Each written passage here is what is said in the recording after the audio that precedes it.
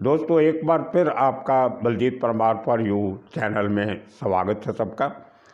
और पिछले हफ्ते जो हमने मुंबई के 93 के बॉम्ब ब्लास्ट की जो पूरी कहानी मैंने आपको सुनाई, बहुत अच्छा रिस्पांस उसका हमें मिला और आपका इसके लिए एक बार फिर मैं धन्यवाद करता हूं कि इसी तरह आप अपना प्यार मोहब्बत हमें देते रहिए ताकि हम और हौसले के साथ और हिम्मत के साथ आपके साथ जुड़े रहें। इसी तरह आपको असली सच्ची हकीकत वाली और फैक्ट्स के साथ आपको किस्से कहानियाँ सुनाते रहें।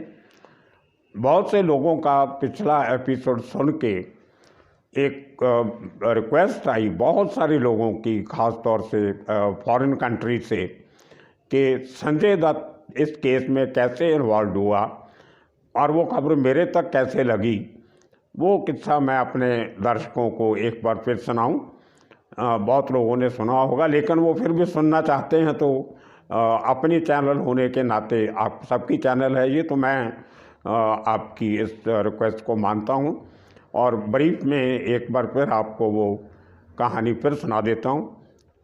ये बात 1993 के 13 अप्रैल की है। हमारा बैसाखी का दिन होता है, जो बहुत बड़ा दिन होता है पंजाबियों का। तो मैं अपने परिवार के साथ बैसाखी का वो दिन मनाने के लिए, जहाँ मुंबई में लंगर लगता है, वहाँ गया हुआ था।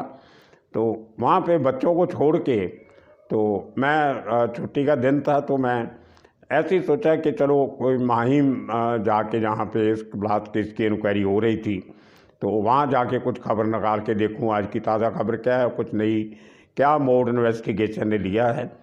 तो जैसे ही मैं माहिम पुलिस स्टेशन जो है मुंबई का, वो उसकी जो दीवार है, बाउंड्री वॉल, वो जो टाइगर मेमन का जो बिल्डिंग है, जहाँ पे सारी प्लानिंग इस ब्लास्ट की हुई थी, जहाँ पे सब RDX को असेंबल किया गया था और सब व्हीकल्स में भरा गया था और वहीं से सब डिस्पैच हुआ था। तो बड़ी हैरानी की बात है कि पुलिस स्टेशन के साथ वाली इमारत में सब हो रहा था और पुलिस स्टेशन को इसकी हवा तक नहीं लगी। खैर, तो मैं उस माहिम पुलिस स्टेशन में गया।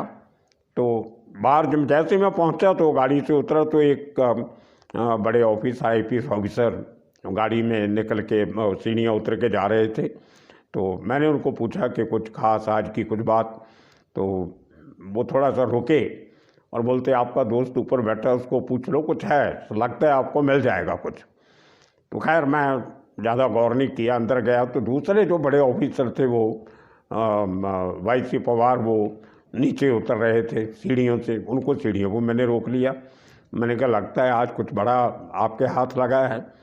तो वो भी है बोल के, क्या आपका दोस्त ऊपर बैठा है, उसको पूछ लो। तो मैं समझ गया कुछ ना कुछ बात तो है, जो ये बताना नहीं चाहते और चाहते भी हैं कि मुझे मालूम पड़ जाए, लेकिन हिम्मत नहीं कर रहे बताने की। तो जैसे ही मैं ऊपर फर्स्ट फ्लोर पे पहुंचा तो मिस्टर रूप पटनायक, जो तभी एडिशनल कमिश्नर थे, वो रूम से बाहर निकल रहे थे।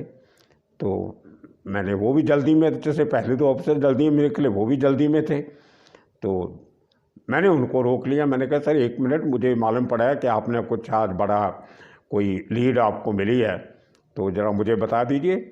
तो वो मेरे साथ में लिए सीढ़ी तो आते आते खाली इतना बोले कि आपके कैंपी के बेटे का नाम आ रहा है। वो कह के सीढ़ियाँ उतरे और गाड़ी बैठ के वो भी चले गए।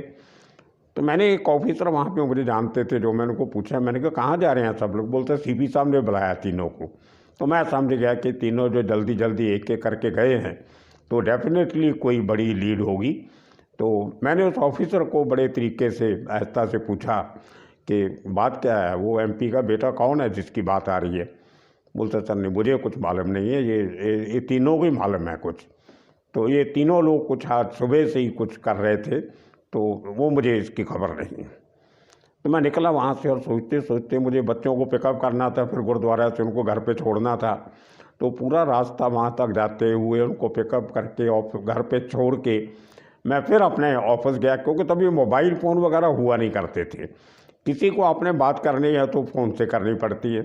वो ऐसी बातें, किसी से मैं अभी इंक्वायरी करूं तो PCO से जाके या किसी दुकान से जाके बात करना अच्छा नहीं था। तो छुट्टी का दिन था तो मैं ऑफिस चला गया। तो कोलाबा में हमारा ऑफिस था। मैं ऑफिस जाके एक साइड वाला फ़ोन लेके बैठ के आहिस्ता आहिस्ता तो मैंने कुछ दोस्तों को फ़ोन किए, तो ये एमपी का बेटा कौन सा, उससे पहले मैंने खुद सोचा कि बॉम्बे के 6 एमपी हैं, 6 के को मैं जानता हूँ और किसी का भी कोई ऐसा रिकॉर्ड नहीं है कि जो बॉम्ब ब्लास्ट जैसे केस में किसी का बेटा का कोई हाथ हो। तो बहुत परेशान हुआ। तो सबसे मैंने जो कुछ दोस्तों से कॉन्फ्रेंस में बात किया, किसी के समझ में कुछ नहीं आ रहा था कि एमपी का बेटा कौन हो सकता है।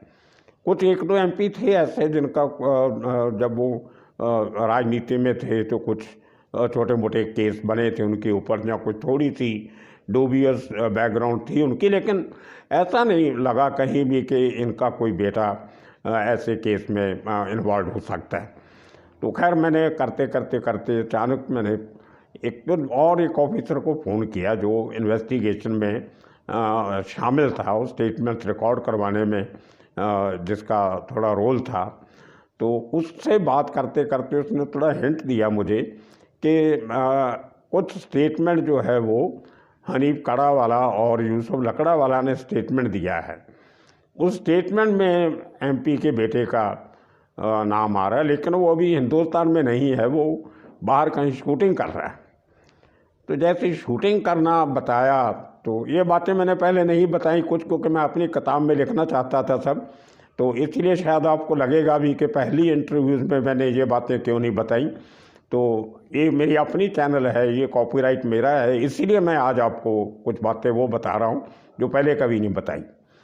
तो वो जब मुझे मालूम पड़ा यूसुफ कड़ावाला, हनीफ लकड़ावाला, ये दोनों लोग जो हैं ये फिल्म इंडस्ट्री के से तल्लुक़ रखते थे और क्रिमिनल के साथ भी रखते थे। एक तो अपनी कोई उस ज़माने में वीडियो कैसेट्स की कंपनी चलाता था और दूसरा प्रोड्यूसर का काम करता था। तो जब वो मेल हुआ फिल्म इंडस्ट्री और ऑफिसर का बताया हुआ कि वो एमपी का बेटा बाहर शूटिंग कर रहा है, तो मामला क्लियर हो गया कि होना हो ये संजय दत्त का नाम हो और सुनील दत्त का बेटा। तो दोनों बातें मिल गई, एमपी और एमपी का बेटा। तो ये बात मुझे कंफर्म हो गई।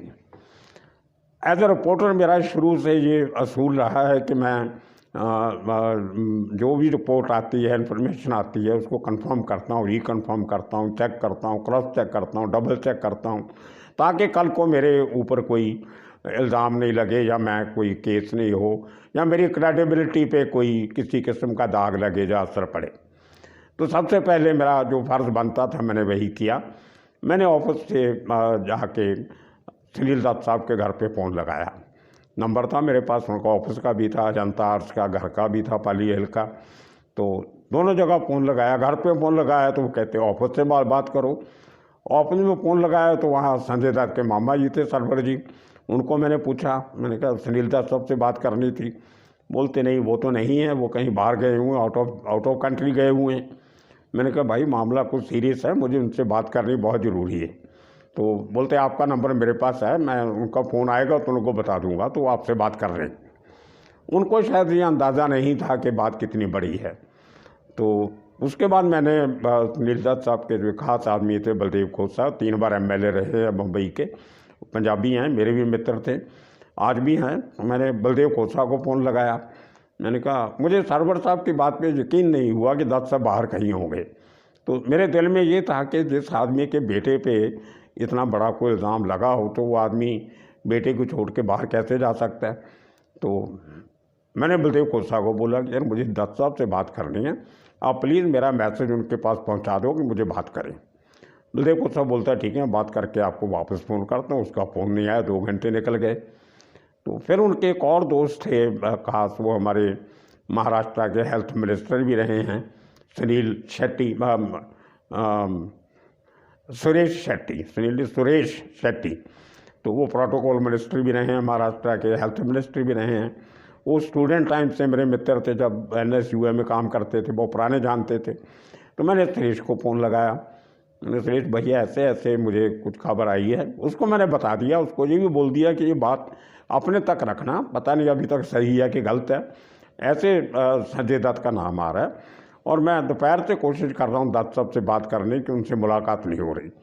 तो वो स्टंट हो गया, एकदम हैरान, बोलता है इट्स वेरी सीरियस, मैं अभी डॉक्टर साहब से बात करता हूँ, बात करवाता हूँ आपकी। तो सुरेश ने बात किया डॉक्टर साहब से, और मुझे वापस फ़ोन करके ये नहीं बताया कि डॉक्टर साहब से बात हो गई। मुझे खाली इतना बताया कि मैंने कंफर्म किया डॉक्टर साहब हिंदुस्तान में वाकई नहीं हैं, वो जर्मनी गए हुए हैं। मैंने कहा कमाल है, मुझे दिमाग लड़ाया, जर्मनी डॉक्टर साहब जाते हैं तो कहाँ रुकते हैं। एक हमारे दोस्त ने, जय उलाल, वो स्टर्न मैगज़ीन में सारी उम्र काम किया, उन 60s में कहीं वो टाइम्स ऑफ इंडिया में फोटोग्राफर थे, और उसके बाद में जर्मनी चले गए। आज भी रिटायर होने के बाद भी उनकी 90 साल के करीब एज है, तो जर्मनी में मियाँ बीवी रहते हैं। तो सारी उम्र उन्होंने स्टर्न मैगज़ीन, जो उस ज़माने में दुनिया का सबसे बड़ा वीकली मैगज़ीन था, उसमें काम करते थे। तो उनका नंबर था, जय was a good friend of mine. तो मैंने स्टर्न मैगज़ीन के लिए काफ़ी काम बॉम्बे में किया था, तो उनके और उनके काफ़ी कुलीग्स के नंबर मेरे पास थे, रेगुलर टच में थे। तो मैंने जयलाल को फ़ोन लगाया, मैंने कहा जय, हेलो हाय करने के बाद मैंने कहा मुझे डॉक्टर साहब से बात करनी थी, मुझे डॉक्टर साहब से बात करवा दूँ, मुझे मालूम पड़ा है कि आपके पास आए हुए हैं। वो बोलते हैं 1 मिनट। तो मुझे पीछे से कुछ आवाज़ें आई, लेकिन बाद में जयलाल ने भी बोल दिया कि वो डॉक्टर साहब थे यहाँ पे, लेकिन अभी वो शायद इंग्लैंड चले गए हैं, लंदन चले गए हैं। तो मुझे कहीं ना कहीं लगा कि डॉक्टर साहब वहीं पे हैं, और जो 1 मिनट इसने बोला, इसका मतलब वो डॉक्टर साहब से पूछना चाहता था कि बलजीत का फ़ोन है, बात करोगे कि नहीं करोगे। तो मैं समझ गया कि डॉक्टर साहब को अभी तक मालूम पड़ गया कि मैं उनको क्यों ढूंढ रहा हूँ, और वो मेरे से बात नहीं करना चाहते। तो मैंने एक दिन फिर और रिस्क लिया, तो बहुत लेट हो गया था, कुछ दूसरे कंट्रीज़ के टाइमिंग्स का भी हिसाब किताब होता है। तो मैं घर चला गया, और मैं बड़ा परेशान कि ये खबर अगर कहीं किसी और के हाथ लग गई तो मैं मारा जाऊंगा। तो नेक्स्ट डे मैंने फिर सुबह से ट्राई करना शुरू किया, वापस बलदेव के साहब को फ़ोन लगाया, भाई तेरी डॉक्टर साहब से बात हुई कि नहीं, बोलते नहीं हुई। फिर मैंने सुरेश शेट्टी से फ़ोन लगाया, मैंने कहा आपसी कोई बात हुई कि नहीं हुई। तो बोलते मेरी भी बात नहीं हो पा रही, वो नहीं आ रहे हैं, फ़ोन नहीं ले रहे हैं। तो फिर मैंने जयलाल को फ़ोन किया वापस जर्मनी में अगले दिन। तो जयलाल ने मुझे बोल दिया, जयलाल बहुत सच्चा आदमी है बेचारा, मेरे से दोस्ती बहुत अच्छी है। वो बोलता है एक्चुअली बलजीत बात यह है कि डॉक्टर साहब कल यहीं पे थे, लेकिन वो आपसे बात नहीं करना चाहते थे, लेकिन अब वो लंदन चले गए। मैंने कहा ठीक है। तो लंदन में मुझे मालूम था कि वो किस आदमी के पास जाते हैं, जहाँ रहते हैं। कोई मेरे डॉक्टर साहब से बहुत सालों से रिलेशन है, हमने जो उनका पैदल मार्च था, पीस मार्च, बॉम्बे से लेके अमृतसर तक, वो भी हमने साथ में प्लान किया था। मैं साथ में चला भी था उनके पैदल उस मार्च में मध्य प्रदेश बॉर्डर तक, और भी बहुत हमारे रिलेशन थे। खैर, तो मैंने लंदन फ़ोन किया, जहाँ डॉक्टर साहब हमेशा जाके रोकते थे। तो उस आदमी ने बता दिया कि वो आए थे खाली 1 दिन के लिए, अब वो अमेरिका चले गए, न्यूयॉर्क गए, कहाँ गए पता नहीं। तो मुझे ऐसे लगा कि अब कोई डॉक्टर साहब की वेट करने का कोई मतलब नहीं है, वो फ़ोन पे नहीं आना चाहते तो प्रॉब्लम है। फिर मैंने वापस अपने जो कुछ इन्वेस्टिगेशन टीम में जो ऑफिसर थे, छोटे लोअर लेवल पे, लेकिन बड़े रिप्यूटेड और ईमानदार किस्म के ऑफिसर थे, उनमें से एक अभी एसी पे रिटायर हुए हैं, अच्छे रिलेशन है मेरे उनसे, हमारा आज भी वास्ता है। उनको मैंने उनके घर पे फ़ोन किया रात को लेट नाइट, तो वो काफ़ी लेट पहुँचे, 3 बार ट्राई करने, रात को 2:30 बजे मेरी उनसे बात हुई। जब वो माइन से घर पहुँचे तब तक 15 तारीख हो गई इसी चक्कर में, और 2 दिन मैं स्टोरी अपने पास लेके घूम रहा हूँ, और इस डर के साथ कि कहीं ये बात किसी और को मिल गई तो मेरी पूरी मेहनत जाया जाएगी। लेकिन मैं ये भी सोच रहा था, अगर मेरे इतने सोर्सेज होने के बाद भी मुझे कंफर्म नहीं हो रहा है तो शायद दूसरे को नहीं मिलेगी जी बात, दूसरा और कोई कंफर्म नहीं कर सकेगा। तो मैंने 2:30 बजे उन ऑफिसर को अपने को मेरी बात हुई, उन्होंने बताया कि यूसुफ कड़ावाला और हनीफ उसने इसका नाम लिया है कि कुछ वेपन कुछ आए थे, AK-56 उन्होंने इसके पास रखी थी, और एक वेपन इसके पास थी। इतना मुझे थोड़ा सा मालूम है, बाकी डिटेल जो है वो सीनियर्स के पास ही है। कुछ AK-56 के चक्कर में उन्होंने संजय दत्त का नाम लिया है। तो दोस्तों, मैं अब कंफर्म हो गया। फिर मैंने पुलिस कमिश्नर थे अमरजीत सिंह सामरा, उनको मैंने फ़ोन लगाया 15 तारीख को। मैंने कहा सर ऐसे ऐसे मुझे बात मालूम पड़ी है, आप बताइए क्या करूं। तो सामरा साहब बहुत बढ़िया है, ईमानदार सच्चे सच्चे आदमी थे। बोले बलजीत बी योर ओन जज, you decide, I don't want to make a comment on it. जब मैंने सोचा कि मुझे बोलते हैं यू बी द जज एंड डिसाइड, मैंने सोचा इसका मतलब मेरी बात सही है। अगर गलत होती तो सामरा साहब बिल्कुल डंके की चोट पे बोल देते कि दिस इज बुलशिट, इसमें कुछ सच्चाई नहीं है, पंगे में मत पड़ना, क्योंकि मेरे बहुत बड़े शुभ चिंतक भी थे वो। तो मुझे उनकी ना कमेंट करने से भी मेरी स्टोरी कंफर्म होती थी, ये मुझे मालूम पड़ गया। AK-56 मैंने कंफर्म कर लिया था। तो ये सब मेरा 15 तारीख तक हो गया। ये बम्बई की बात कर रहा हूँ। इन बिटवीन जब मुझे 14 तारीख को मालूम पड़ा कि संजय दत्त का नाम आ रहा है, दत्त साहब बात नहीं कर रहे हैं, तो मैंने कोशिश किया, ट्राई किया कि डायरेक्ट मैं संजय दत्त से बात करूं। तो मैंने सर्वर साहब से और दूसरों से रिलेशन कर नंबर निकालने की कोशिश की, किसी ने नंबर नहीं दिया। तो संजय दत्त से अगले दिन 15 तारीख को भी मैंने अपने फिल्म इंडस्ट्री के सोर्सेज से संजय दत्त का कॉन्टैक्ट नंबर निकाला। मॉरिशस में वो आतिश फिल्म की शूटिंग कर रहे थे, वो भी नहीं लगा नंबर, किसी ने रिस्पॉन्स नहीं आया। तो मॉरिशस में मेरे कुछ पत्रकार दोस्त थे, जिनमें से एक हरीश चंदन सिंह, उस टाइम पे ली मॉरिशियन अखबार के डिप्टी एडिटर थे। वो उनसे मैंने बात किया, वो उन्होंने भी कुछ बताने से बोलते मुझे कोई खबर नहीं होती तो मुझे मालूम पड़ जाता। और मॉरिशस के पुलिस कमिश्नर थे तभी, मैं उनका नाम भूल गया अभी, उनको मैं मिला था 2 बार जाके। उनके बाद जो बने वो गोपाल सिंह थे, उसके पहले थे, उनका थोड़ा और किस्म का नाम था। उनसे भी करने की कोशिश की। ये मैं इसलिए बता रहा हूँ कि एज अ रिपोर्टर ये मेरा हमेशा एक फ़र्ज़ होता था, मेरी ड्यूटी होती थी कि मैं मामले की तह तक जाके पूरी तरह कंफर्म करके फिर मैं खबर छापता था। लेकिन जब ये सारा कुछ नहीं हुआ तो 15 तारीख को मैंने डिसाइड किया कि I will go by the information I have received from the Mumbai sources. तो मैंने 15 तारीख को ये खबर अपने अखबार में छाप दी और पहले पन्ने पे वो रिपोर्ट छपी, Sanjay Dutt has a AK-56 gun. वो मेरे पास उसकी कटिंग नहीं थी इतने दिन। अभी थोड़े दिन पहले मेरे एक दोस्त ने, पंजाब में रहते हैं वो, तरन तारण में, उन्होंने कहीं नेट पे जाके सर्च किया और उसका फ्रंट पेज का आधे पेज का, जिसमें संजय दत्त की बहुत बड़ी फ़ोटो छपी हुई है और लाल अक्षर में AK-56 लिखा हुआ है, बाकी ब्लैक में फ्रंट पेज पर, नीचे बलजीत परमार और 3 पैरे जो पहले हाफ पे थे वो उसने मेरे को वो स्क्रीनशॉट भेजा है मेरे मोबाइल पे, मेरे एक दोस्त ने।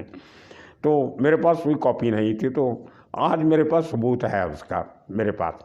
खैर वो स्टोरी छप गई और सुबह जब 4 बजे स्टोरी छपी, अखबार मार्केट में आया तो पूरी मुंबई में तहलका और बाकी अखबार वाले सारे परेशान कि ये बलजीत परमार के पास इनका छोटा अखबार, हम times of India, Indian express, observer, ये वो, किसी के पास खबर नहीं, लीडिंग मराठी न्यूज़पेपर के पास खबर नहीं, किसी इंटरनेशनल एजेंसी के पास खबर नहीं जिनके रिपोर्टर इस काम पे लगे हुए थे। खैर मुझे सुबह 7:30-8 बजे संजय दत्त का फ़ोन आया मॉरिशस से। बलजीत परमार से बात कर रहे हैं? मैं, हाँ जी। अंकल आपने अच्छा नहीं किया। वो मुझे कभी घबराया हुआ था, कभी अंकल बोल देता था, कभी परमार साहब बोल देता। तो आपने अच्छा नहीं किया मेरे बारे में ये खबर छाप के। मैंने कहा भैया मैं 3 दिन से तुम्हें और तुम्हारे बाप को ढूंढता फिर रहा हूँ, कोई ऐसा सोर्स नहीं है जो मैंने छोड़ा हो, आपने कोई बात करने को तैयार नहीं हुआ आप में से, इसलिए मुझे मजबूरन ये स्टोरी आपकी कोर्ट के बिना छापनी पड़ी। तो आप बताइए अभी हकीकत क्या है? बोलता है मेरे पास कोई गन नहीं है, मेरा कोई लेना देना नहीं है, मैं आपके केस करूँगा, आपने गलत छापा है। मैंने कहा भैया बात यह है कि अब सच्चाई तो जो है वो कानून देखेगा, कोर्ट देखेगी, पुलिस देखेगी, मैंने अपना काम कर दिया, ये तो वापस हो नहीं सकता अभी। बोलता देख लूँगा आपको। फ़ोन बंद कर दिया। आधे घंटे के बाद फिर फ़ोन आया संजय दत्त का वापस। बोलता आप मैंने डैडी से बात की है, तो डैडी ने बोला आपसे बात करने को, आप बताइए मैं क्या करूं? मैंने कहा तुम्हारा दिमाग ठिकाने पे आया है, एक काम करो, जो तुम्हारे पास वेपन है उसको इमीडिएटली अपने किसी पीए को, घर के नौकर को, या आपका कोई फैमिली मेम्बर हो, उसको बोल के नियरेस्ट पुलिस स्टेशन आपके खार पड़ता है जब बांद्रा है, उसमें जाके जमा करवा दो। और जब वापस आओगे तो अपना स्टेटमेंट रिकॉर्ड करवा देना कि मैंने जो भी कारण था, क्यों मजबूरी में, कैसे भी आपने ये गन रखी, तो आपके ऊपर आर्म्स एक्ट का केस बनेगा और आपका छुटकारा हो जाएगा। तो अगर आपने ऐसा नहीं किया और वो वेपन आपके पोजेशन से, या आपके घर से, या कहीं भी आपने छुपा के रखी हुई है, वो वेपन अगर पुलिस ने रिकवर किया और आपकी हाजिरी में रिकवर हो गया, तो आपके ऊपर टाटा लग जाएगा और बहुत तकलीफ में आ जाओगे। बोलता ठीक है, मैं डैडी से बात करके आपको बताता हूँ। मेरी बात, और अब मेरा डर बिल्कुल निकल गया कि मेरी स्टोरी में कोई गलती नहीं है। और उधर next day times of India ने डिनाइल की स्टोरी छापी कि ये कोई ऐसी बात नहीं है। पुलिस सोर्सेज ने ये स्टोरी पे कोई कमेंट करने से मना कर दिया। ये नहीं बोला कि डिनाई किया है, मना कर दिया। और ये बातें जो सब हुई, उसका जब राजदीप सरदेसाई ने जब किताब लिखी अपनी बॉम्ब ब्लास्ट के ऊपर, उसमें एक चैप्टर में मेरे बारे में पूरा लिखा हुआ, आप नेट पे जाके सर्च कर सकते हो, राजदीप सरदेसाई और बलजीत परमार इन बुक। उसमें लिखा है कि मेरी स्टोरी जिस दिन छपी उसकी एक रात पहले राजदीप सरदेसाई ने अपनी किताब में लिखा कि मुझे एक सीनियर पुलिस ऑफिसर का फ़ोन आया और उसने कहा कि हम राजदीप आपको कल एक बहुत बड़ी स्टोरी देंगे, तो आप खुश हो जाओगे, इतना बड़ा आपको मैं स्कूप दूंगा, एक बड़ा एक्सक्लूसिव स्टोरी। तो राजदीप बोलता है कि जब मैं बड़ा खुश, रात को मुझे नींद नहीं आई कि कल सुबह मुझे बहुत अच्छी खबर मिलेगी और मैं परसों छापूंगा। और जब मैंने सुबह वो स्टोरी देखी बलजीत परमार की, तो मैं समझ गया कि ये स्टोरी वही है जो ऑफिसर मुझे देना चाहता था। ये अब टाइम्स ऑफ इंडिया के हाथ से गई, मेरे हाथ से गई, और बलजीत परमार निकाल के ले गया। तो ही पेड भी कॉम्प्लीमेंट्स अपने बुक में। और उसके बाद जब राकेश मारिया, जो पुलिस कमिश्नर मुंबई के रहे हैं और उस टाइम पे इन्वेस्टिगेशन ऑफिसर भी थे पूरी टीम के, उन्होंने अपनी किताब लिखी लेट मी से इट नाउ। ये 1 साल पहले, 1.5-2 साल पहले रिलीज़ हुई। उसमें भी उन्होंने एक पूरा पेज मेरे ऊपर लिखा कि जब हमें ये संजय दत्त के इन्वॉल्वमेंट की, हमें वो लोगों की स्टेटमेंट से खबर मिली, तो बोलता हम 3 ऑफिसर की हमारी मीटिंग हुई थी, सिर्फ मुंबई पुलिस कमिश्नर, मैं और मेरे जो कलीग थे वो। तो हमने मीटिंग लेके ये डिसाइड किया था कि कल एक प्रेस कॉन्फ्रेंस लेके तो उसमें ये पूरी जो खबर है बताएंगे। लेकिन नेक्स्ट डे जब हमारी मीटिंग होनी थी, उसके पहले जब सुबह उठ के अखबार देखे तो बलजीत परमार की खबर छपी हुई। और मैं हैरान था कि जो बात हमारे सीनियर 3-4 ऑफिसर के बीच में थी वो बाहर निकली कैसे, बलजीत परमार तक गई कैसे। तो वी वर ऑल स्टन। तो उसने भी मेरी वो तारीफ़ की कि मैं कैसे वो खबर निकाल के, वो मारिया साहब की किताब भी नेट पे अवेलेबल है, anybody can go and check it on the Google. तो खैर, तो ये बातें हुई इसकी। और उसके बाद जब नेक्स्ट डे फिर मुझे संजय दत्त का फ़ोन आया कि मुझे पुलिस कमिश्नर का नंबर दीजिए। तो ये लेट नाइट हो गया था, तभी मैंने कहा उनके घर का नंबर मैं नहीं दे सकता हूँ, ऑफिस का नंबर ले लूँ, उनसे आप कल बात कर लेना। बोलते नहीं, ऑफिस का नंबर मेरे पास भी है, घर का नंबर दीजिए। मैंने कहा घर का नंबर मैं उनके बिना पूछे नहीं दे सकता। तो खैर, तो नेक्स्ट डे उसका फिर फ़ोन आया कि मेरी सीपी साहब से बात हो गई, आपकी सब स्टोरी बकवास है, आपने जो करना था कर लिया, मैं अभी आपके ऊपर आज शाम तक आपको नोटिस मिल जाएगा, लीगल नोटिस। मैंने कहा ठीक है भैया, भेज दो। और उसके बाद सही निकली, शाम को मुझे राम जेठमलानी जी के ऑफिस से लीगल नोटिस आ गया 1 करोड़ रुपए का, पता नहीं 1.5 करोड़ रुपए का, कि आपने ये सुनील दत्त और संजय दत्त की मानहानि की है, आपके ऊपर ये हम केस करते हैं, आप 24 घंटे में जो लिखा है उसको वापस लीजिए, और ये हमारी क्लैरिफिकेशन आपने अखबार में छापी है, नहीं तो हम लीगल एक्शन लेंगे। तो मैंने राम जेठमलानी जी को फ़ोन किया, मैंने कहा साहब ये आपका ऑफिस से लेटर आया मुझे ये केस का। बोलते बेटा उसमें देखो सिग्नेचर किसका है। तो मैंने देखा लेटर, तो नीचे एसपी जयसिंघानी जो बहुत सीनियर एडवोकेट थे और राम जी के असिस्टेंट थे, मैंने कहा ये जयचंद गांधी साहब का सिग्नेचर है। बोलते फेंक दो उसको, आपकी स्टोरी सही है, आपकी बात सही है, मेरी सबसे बात हो गई है, बेटा don't worry, you are right. वो मेरी चिंता खत्म हुई। अल्टीमेटली 19 तारीख को जब संजय दत्त मॉरिशस से वापस आया तो सुबह राकेश मारिया ने खुद इसको बॉम्बे एयरपोर्ट से अरेस्ट किया।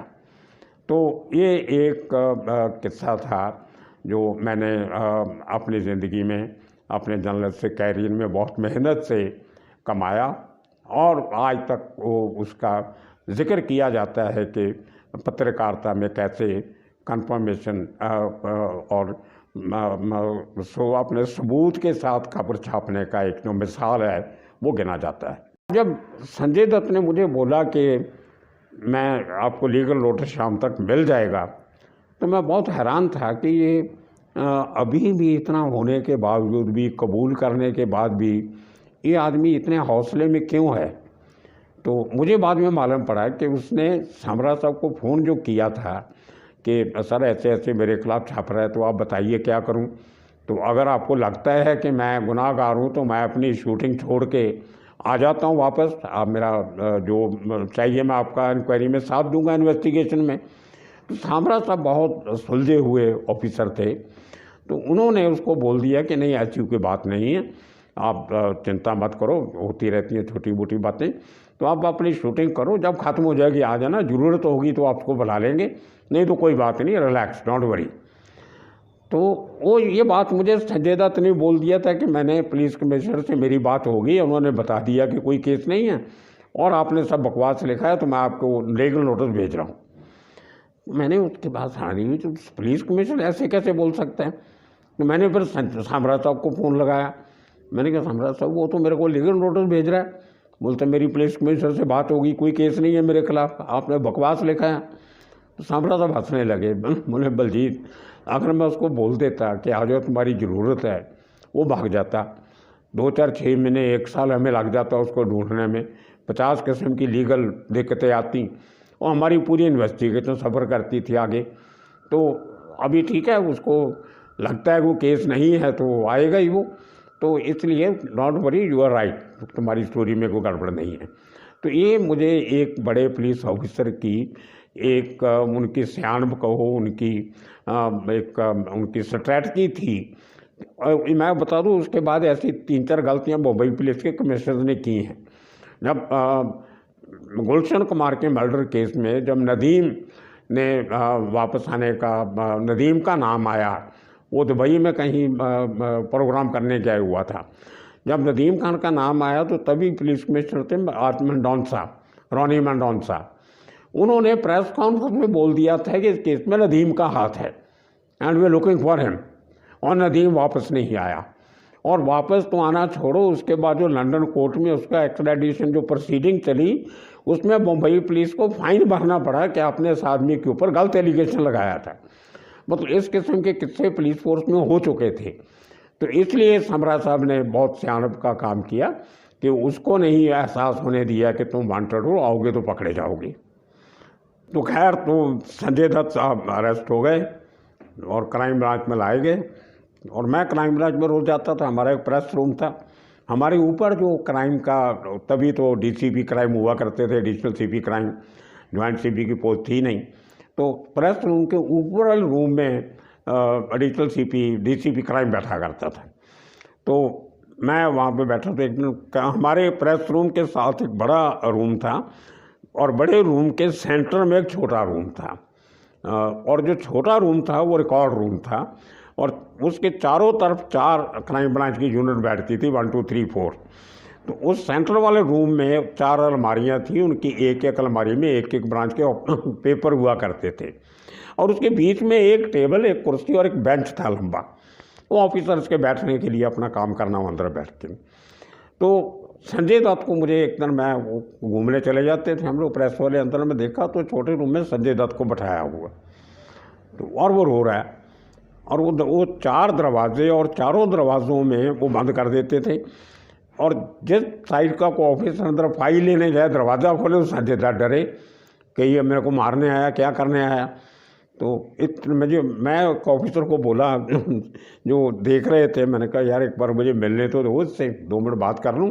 बोलते पीछे वाले दरवाजे से जाके बात कर लो, कंटीन वाले से, इधर से लोग देखेंगे। मैं बाहर निकला कंटीन की तरफ से, पीछे वाले दरवाजे से आया तो अंदर गया तो संजय दत्त को मैंने बोला मैं बलजीत परमार। बोलते जानता हूँ, आपने बहुत नुकसान कर दिया मेरा। उसकी इतनी बड़ी बड़ी आंखें हुई सूजी हुई, और लेकिन कोई फिजिकल टॉर्चर के कोई निशान नहीं थे। टी शर्ट पहनी वो बैठा था, और तभी कोई इतना हेल्थ थी नहीं भी था जैसे बाद में वो मसल वसल बनाए, ऐसा नहीं था वो, तो नॉर्मल लगता। तो मैंने कहा क्या क्या बात हुई, रो रहे हो तुम? और फिर रोने लग गया। बोलते ये मुझे रात भर नींद नहीं आई, 2 रात से मैं सोया नहीं। वहाँ पे रूम में गर्मी, मच्छर और 2 आरोपी, उनसे और लोग हैं वहाँ पे, वो शोर डालते हैं सारी रात। और तकिया नहीं है मेरे पास, बिना तकिया के नींद नहीं आती। मुझे सिगरेट भी नहीं पीने देते, मैं तो मर जाऊँगा। आप प्लीज़ मेरी हेल्प कीजिए अंकल, प्लीज़ हेल्प मी। मैंने कहा यार कमाल है। मैंने कोई बात नहीं, मैं तकिए वकी तेरे को दिलवा देता हूँ, और सिगरेट मेरे पास है तो अभी पी ले, मैं तेरे को पिला देता हूँ। मैंने ड्राइवर को बोला, कंटीन से सिगरेट मंगवाई बाहर से। मैंने सिगरेट, वो ऑफिसर मुझे रोकने लगे, क्या कर रहे हो आप? मैंने कहा यार इसमें कोई मतलब नहीं है, कोई इन्वेस्टिगेशन का, कोई मेरी ट्यूनिंग थी अच्छी सबके साथ। तो बात करते करते फिर वो अपनी उसने मुझे कहानी जो सुनाई बचपन से, वो मैंने उस ज़माने में एक स्टार एंड स्टाइल कोई इस किस्म का कोई फिल्मी मैगज़ीन निकलता था, और उसमें एक पारसी लेडी थी, वो पहले मेरी डेली में कुलीग थी, बाद में उसकी एडिटर बन के चली गई थी। उसका नाम अभी मुझे याद आ जाएगा। उसने वो फिर मेरी पूरी जो मेरी लॉकअप में जो संजय दत्त से बातचीत हुई थी, उसके बचपन के किस्से, कैसे उसको मार पड़ती थी, कैसे ड्रग में गया, वो सारा वो उसमें मैगज़ीन में सेंट्रल स्प्रेड छपा था रिवर्स में। वो बहुत मकबूल हुई थी, और वो लेडी भी डर रही। फिरोज़ वाडिया उसका नाम था, एडिटर का उस टाइम पे, फिरोज़ वाडिया, वो अभी भी है बॉम्बे में। तो वो भी पहले डर रही थी छापने के टाइम पे कि ये कहीं डेफेमेशन केस नहीं हो जाए, कुछ नहीं हो जाए।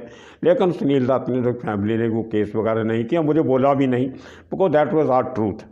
तो अपनी पूरी बचपन से लेके वो कहानी मैं फिर कभी आपको सुनाऊंगा। संजय दत्त ने मुझे वो क्या क्या बताया था उस दिन लॉकअप में। खैर मैंने उसको मेरी गाड़ी में 2 छोटे वो पड़े थे, वो जो तकिए टाइप चौरस किस्म के, वो मैंने ऑफिसर्स की मर्जी से 2 मंगा के उसको दिए। मैंने कहा इसको ज़रा सोने देना, कहीं इसकी गर्दन वगैरह मुड़ गई तो आपको तकलीफ़ हो जाएगी इलाज करवाने में। तो एनीवे पुलिस का भी कोई इतना मतलब नहीं था उसको टॉर्चर करने का, लेकिन उसने खुद ही सब कुछ बता दिया था मार खाने के डर से। लेकिन मुझे बोलता भी था, बोलता मुझे मार से डर नहीं लगता, मार मैंने बहुत खाई है, मेरे घर में कोई ऐसा कोई साधन नहीं है जो मेरे बदन में नहीं पड़ा हो। लेकिन ये जो चारों तरफ का माहौल है, ये मेरे से बर्दाश्त नहीं होता। मार खाने से मैं नहीं डरता, मार खा सकता हूँ, इतना ज़िद्दी किस्म का करैक्टर था वो। तो ये कुछ यादें हैं उसकी मेरी उस केस के साथ जुड़ी हुई। वो फिर कभी आपको किस्सा सुनाऊंगा, आप सुनते रहिए, मैं सुनाता रहूँगा। आज तक के लिए इतना ही। आप सबका बहुत बहुत शुक्रिया, धन्यवाद।